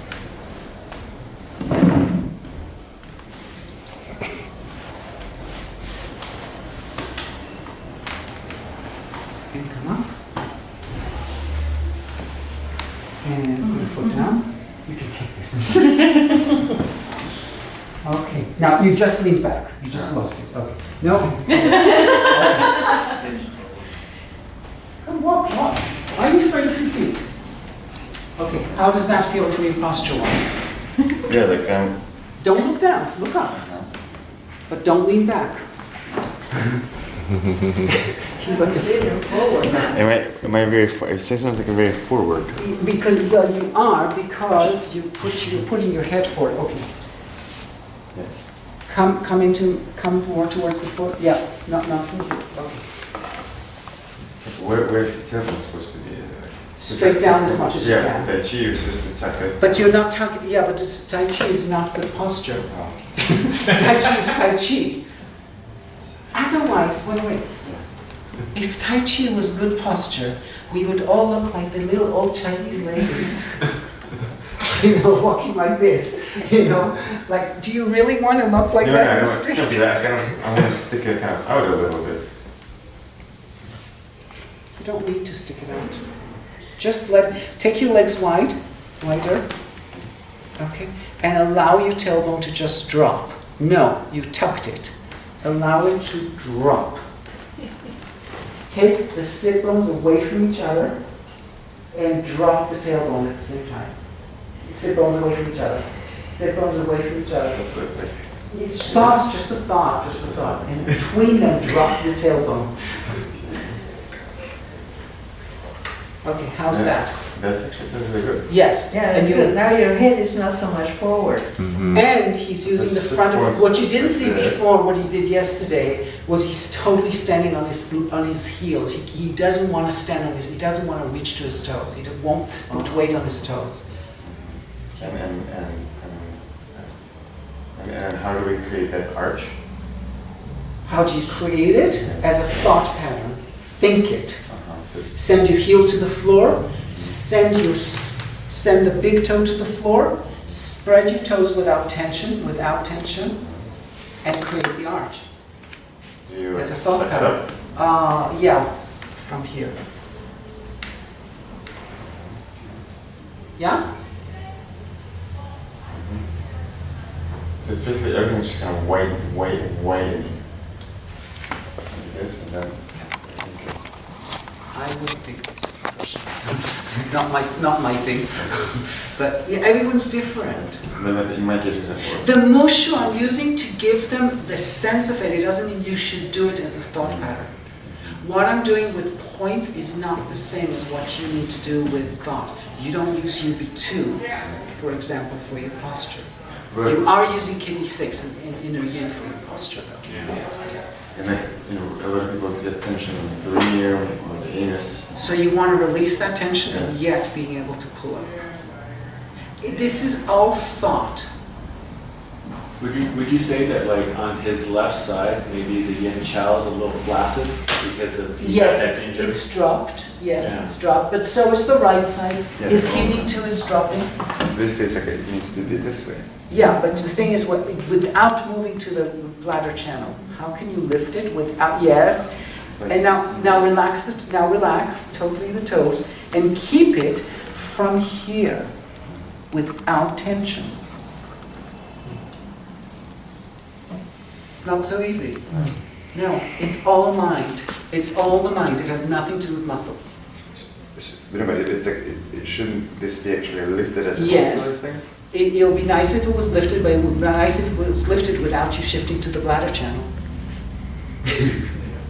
In other words, if you lift this, suck this up, suck it up. Here. Okay, so you can lift it. Send the heel to the floor, lift the ankle bone. You will feel this, the inner thigh. Down. And then here is supposed to be relaxed. Yes, I would say yes. Okay. Relax. The shoulders come back into the spine. The shoulder goes back into the back instead of away from the back. But it's step by step. You just keep figuring out, whatever it is with people. If you want to work with them that way. But when they're on the table, when they're lying down, there's no posture to work with. But I'm taking these ideas of how to create space in the body and translating them into acupuncture points. That's all. Any other questions before? Resources, you mentioned a book by David and Kiiko. There are 2 books by Kiiko and David. So if you look, I think it's called Clinical Strategies, Volume 1, Clinical Strategies, Volume 2, $125 a piece. You can get it on either Kiiko's website or I believe on David's website. Either one will work. Euler, E-U-L-E-R. Okay. Other resources? Anybody know of other resources? Your website. My website. There's this guy, Avi Magidoff, who has that website. And apparently has much more information than all the other places. And it's free. So, so those that you read. Unfortunately, there are not a lot of resources. Now, there are, in terms of people teaching this style, there aren't a lot of people teaching it. Unfortunately, There is David Euler who, now, Ilya, does he come to the Bay Area still? No, Santa Cruz. He's come to Santa Cruz. He comes to Santa Cruz, okay, so that's one option. There's someone in Hawaii too. That's Monica teaches in Hawaii. So there's Monica, the woman who writes the novel, who currently writes the next book with Kiiko. So she teaches in Portland as far as I know, and she teaches in Hawaii on the Big Island, if I recall. And, well, there's Neil Serwinski, I believe, teaches in New Mexico once a year. And there's this guy, Andy Harrop, who teaches in London, and there's this guy, Ron Khalif, who teaches in Israel. And there's probably others, but it's not a very large community that does that. That's just the way it is. But Kiiko does come to Santa Cruz twice a year, and if that doesn't work for you, she does go to LA once a year. Which is the atmosphere of the class is a little different in LA. It's a slightly different class. And you may find that it's more fun for, you just have to try these things out. Do you have anything else scheduled this year? Here, I will probably come back in the fall, I don't know when, either October or December, but it depends on people. Right now my schedule is, I'm teaching in England next month, and I'm teaching in Indonesia again, in Brazil, and then England again. So that's what I have scheduled right now. But I could come back if people wanted to. It's just that it's all a question of arranging. Is it hard to have a private practice and be traveling somewhere? Yeah, it is. But it's doable. You do it, What do you vary in your next class, like other classes? What other? It always depends on the patient. On the patient. On the patients that come. The class is, I can call the class anything you want. And if you want me to talk about, peeling bananas, I'll talk about peeling bananas. It's really not hard. Either to peel bananas or to talk about them. But it's the patients that make the class. Organic, going with it. Okay. For example, Alicia's been going to Kiiko's class for 20 years now? More. Yeah. Now, do you go because of the subject? No. No. Philip has been going for 13, 14, 15 years? Mm-hmm. Okay. Do you go because of the subject? A little bit. No, but I know what you mean. Yeah. You go because no matter what the subject is, you figure that, like whatever the lecture part is going to be, you figure that you'll see how she treats people, and you'll be kind of, you'll get something interesting, you get a way of thinking. So for me, it's more about how to treat as opposed to, some people it's about the subject. Okay, some people you want to, but mostly when you go to teachers, if you like a style or you like a teacher, generally you go because you want to see this person, you want to see how they treat you, it gives you ideas. That's all. So my recommendation is go. And, I know that some people get frustrated with the way Kiiko does things. I know it's not always easy, but I think it's definitely worth doing. And unfortunately, now there are some other resources in the sense of Kiiko has, is it one video or more than one video on Eastern Currents? I think more now. Okay, so there's Eastern Currents has a bunch of videos of Kiiko teaching. You can get CDs for it. David Euler used to have videos on what's that place called? Something like Monkey something? Sure. Blue Monkey? Blue Monkey? No. No, that's Blue Poppy, I think it is. Anyway, I don't think it's Blue Monkey. Philip and I teach through eLotus. So there are ways to do it. But yes, it is a very hands-on style, and if you don't see, if you just hear, it's hard to figure out what's really happening. I fully sympathize with it. So but like I said, if you can do study groups and get together, that's your best resources, is each other. Like, can we start practicing this on patients just from this class? Do you think? Absolutely. Absolutely. And what you can do, combine. Do whatever you do, and then start with, I have this trick, I have this trick. And like I said yesterday, don't make the patient believe that you have to solve their abdomen for the first month or two. Give yourself a little time to kind of feel more confident that you can do it. And it takes you a few months. And then, let's just say, for example, you do the whole protocol that you taught us, and then you give them a treatment and then they come back next week and it was like better, but just for like 2 days or something. You probably missed something important that you didn't address. That's normal. So you have, either you figure it out yourself, you go in the medical history, did I miss something? Is my protocol quite right? Are my points in the right place? Do I need to figure something else totally out? And your next step is email. You just go like, oh, what do I do with this? I mean, that's, what you need to do. Because if you're doing it right, the following week, they should be fine. I don't know, fine, but in an ideal situation, the person gets off the table and say, wow, this is cool. And then the next week, they say, well, it's still 70% better. Your first treatment, if it's the correct treatment, is always the most dramatic. That's in any style. The first treatment, because it's like new, it's like a huge shift, a huge change, and afterwards you're reinforcing and the change is not as big. So it's diminishing returns after the first treatment. Now, after 50 treatments, it's not really, it's big, totally, there's like no returns often at all. But they come because they like it, and that's fine. Okay? But really, your first 1 or 2 treatments are your big dramas. Okay? And then you keep reinforcing if it's really dramatically well. And then they can say, well, it was good, but, then it came back and now it's at 50%. So you're on the right track. Also, you have to remember, how long have they had this problem? You can't do it all in one treatment. And then you need to evaluate, is it because they just need more of this and keep going? Or do I need to add something else? Am I missing something that's vital? And that's the kind of thought pattern that you just have to play with. There's no one answer to that. So your improvement is symptomatic. You're looking at their chief's complaint is getting better, or if their abdominal reflexes are lessening.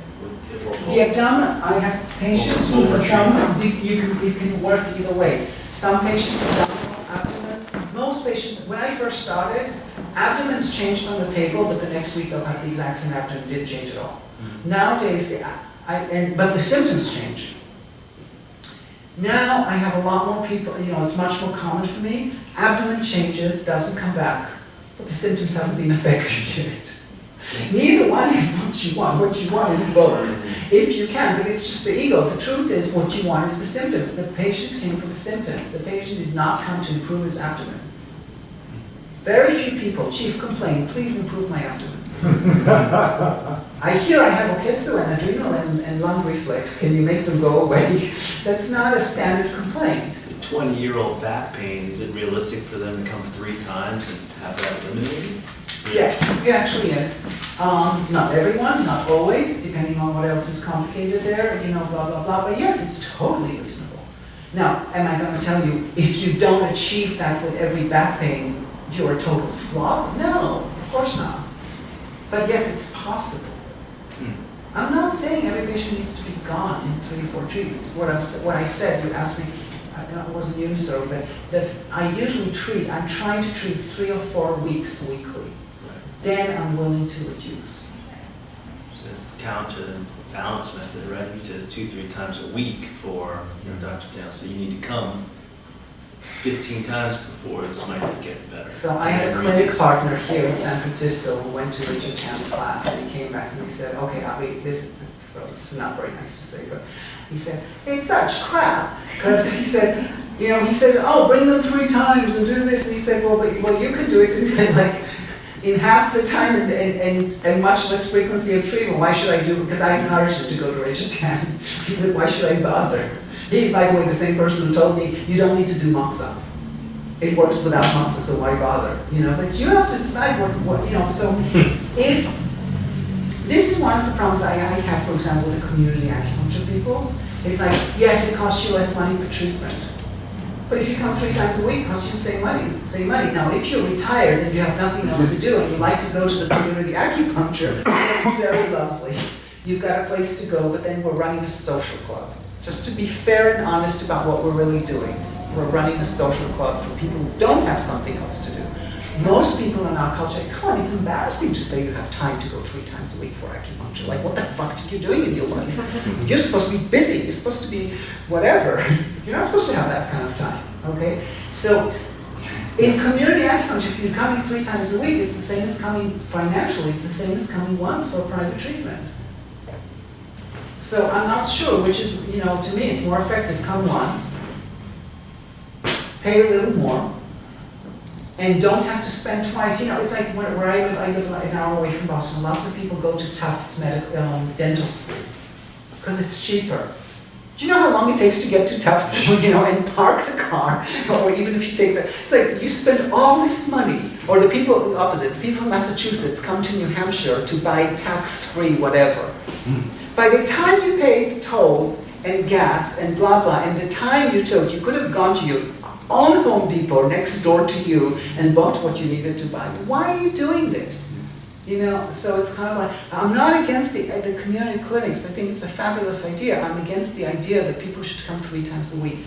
Studies in China show, okay, Wang Zhuyi actually is very big on that, okay, that they have people in China that have been acupunctured out, okay, because they kneel every day for 2 weeks and then they let them go for a week and then they bring them up again for another 2 weeks, and then, so they do this cyclical thing, and they do a course. They don't count treatment, they count course of treatment, 3 courses of treatment, and then that's the old style of the communist era, because the plumber was doing acupuncture, and there were too many plumbers anyway, so whatever. And every day for 2 weeks. Every day for weeks, and he said that what happens is people end up not having any qi, because it's all being spent with all these needles. So if anything, at least change points, is his view. But his view is this was not a good method of kneeling.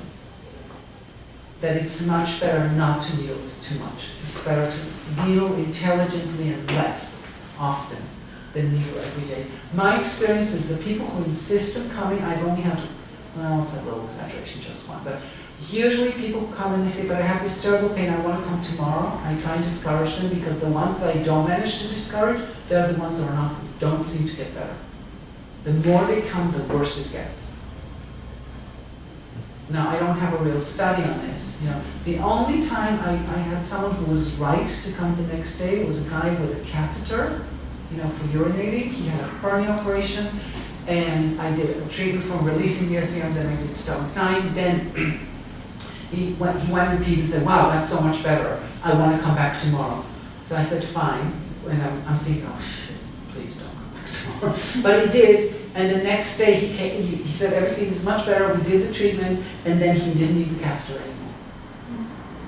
Okay, so that's, it can happen, that reinforcing, for something like that would be, but generally speaking, I'm not big in asking people to come back too soon. Well, can you do this protocol if someone comes in with a wind cold or some sort of flu? Sure, You would because still- whatever it is that they have. So you can sort of say immune protocol. So okay, we have our own immune protocol, okay, which is Kidney 6, Immune Point, and Sanjo 16, and you add Moxi, if possible, to all of them, and then do 14, do 12, okay, on the back. So that's but the thing is, whatever weakness they have, why Chinese medicine? Why did you get wind cold? Weak qi, right. So if you address whatever the person has, see, this system is different in the sense that you can tonify. We're always tonifying. We're never reducing, except gallbladder sometimes, So if qi is stronger, wind cold will go away. It's not going to get, from our perspective, it's not like don't tonify because wind cold will get trapped. Okay, so yes, you can do adrenal when they have wind cold. Or your understanding, because if they have weak adrenals, how is it the body going to kick out the wind if it's not strong enough to do it? If you have all these weaknesses in the body and it's preoccupied, the whole principle of the system is the body is preoccupied somewhere with something. It's not available for whatever it needs to happen right now. Make sense? Yes. It wasn't clear to me in the cases of the people who came in but how the medical history influenced your treatment.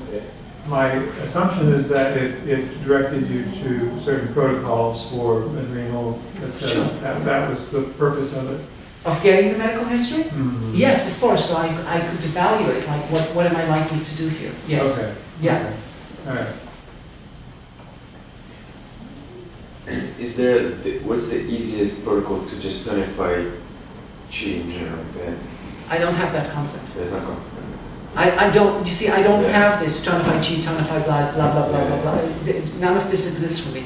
How do you So, think about it? I mean, if somebody says I have weakness, I feel fatigue, for example, you have to figure out, is it fatigue because is it coming from the liver, is it coming from the adrenals, is it that they're not sleeping? I mean, where does this fatigue come from? Is it stomach chi style fatigue? There's different kinds of fatigue. So tonify chi is not a concept for me. It's cute, but it's not a concept for me. Just the same way that if you this concept of mushu, of creating a space and coordinating the three dantians is not a concept in TCM. They can't relate to it, even though they supposedly should, because they're the ones who talk about the three dantians. But it doesn't resonate, it's a different system.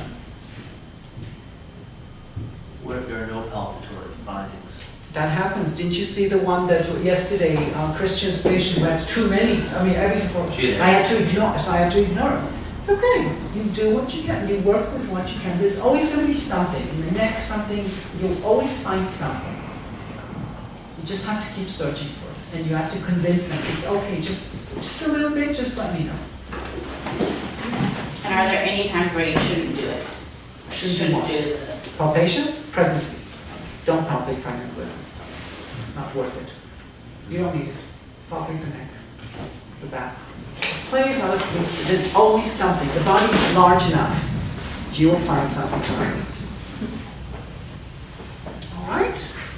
So thank you very much. If you can fill your evaluation, that'll be great. If you can put the chairs back on there, that'll be fabulous also. Thank you. Thank you.